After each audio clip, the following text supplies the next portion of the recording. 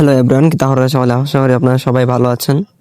আলহামদুলিল্লাহ, আপনাদের দোয়ায় আমিও ভালো আছি। আমার এই নতুন ব্লগে আপনাদের সবাইকে স্বাগতম।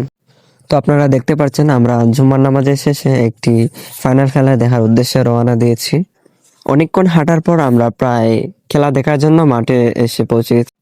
আর এদিকে তো আপনারা দেখতেই পাচ্ছেন কত সুন্দর করে মাঠটাকে সাজানো হয়েছে।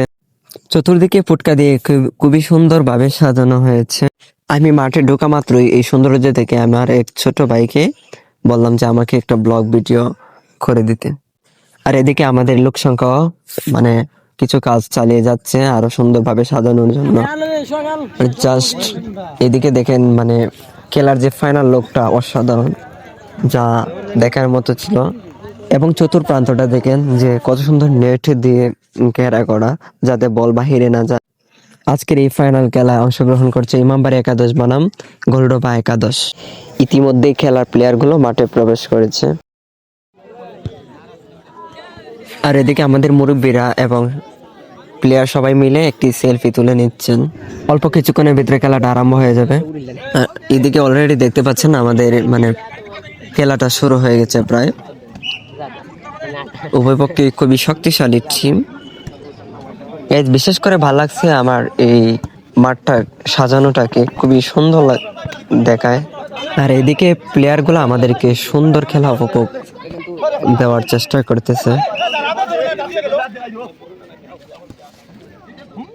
অবশেষে ইমামবাড়ি একাদশ একটি গোল খেয়ে ফেলল। আর এদিকে যে আমাদের দর্শকবৃন্দ আছে তারা সবাই ফুটকা ফোটানোর জন্য মেতে উঠেছে। কে কাটছে বেশি ফোটাবে এটা নিয়ে তারা হইচই করতেছে।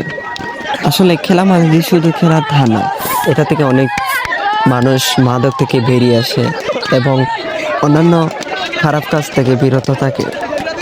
অবশেষে সবাই মিলে এমন হই হল্লোড় করতেছে ফুটকাগুলো ফোটানোর জন্য।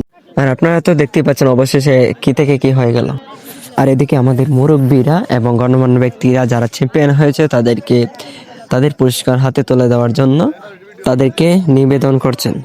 পরিশেষে আমি একটা কথাই বলি, আপনারা ভালো থাকবেন, সুস্থ থাকবেন আর নিজের প্রতি খেয়াল রাখবেন।